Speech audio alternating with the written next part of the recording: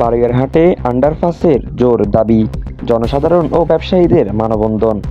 চট্টগ্রামের মিরসরাই উপজেলার ব্যস্ততম জনবহুল এলাকাগুলোর একটি বারইয়ারহাট। প্রতিদিন হাজার হাজার মানুষ, নারী, শিশু, শিক্ষার্থী ও বৃদ্ধরা এই মহাসড়ক পার হন জীবনের ঝুঁকি নিয়ে। আর এই ঝুঁকিপূর্ণ পারাপারের একমাত্র পথ ছিল ডিভাইডারের ফাঁক। সম্প্রতি এই ডিভাইডারে লোহার গ্রিল বসানো হয়েছে, যাতে মানুষ ফুট ওভারব্রিজ ব্যবহার করতে বাধ্য হয়।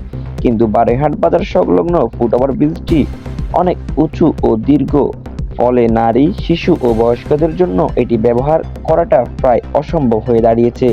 এই প্রেক্ষাপটে বারইহাট বাজারের ব্যবসায়ীবৃন্দ ও এলাকাবাসী একজোট হয়ে মানববন্ধনে অংশ নেন, যেখানে তারা তীব্রভাবে দাবি জানান বারইয়ারহাটে একটি আধুনিক, নিরাপদ ও মানসম্পন্ন আন্ডারপাস নির্মাণের।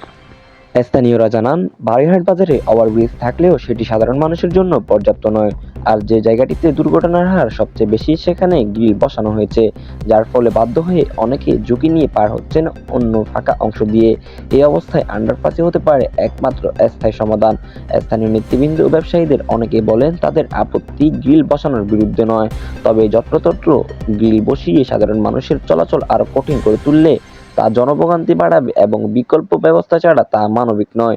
মানববন্ধনে অংশগ্রহণকারীরা বলেন, আমরা উন্নয়নের বিরোধিতা করি না, কিন্তু আমাদের দাবি উন্নয়ন হোক মানুষের কথা মাথায় রেখে। একটি আন্ডারপাস এই জনপদের প্রাণ বাঁচাতে পারে।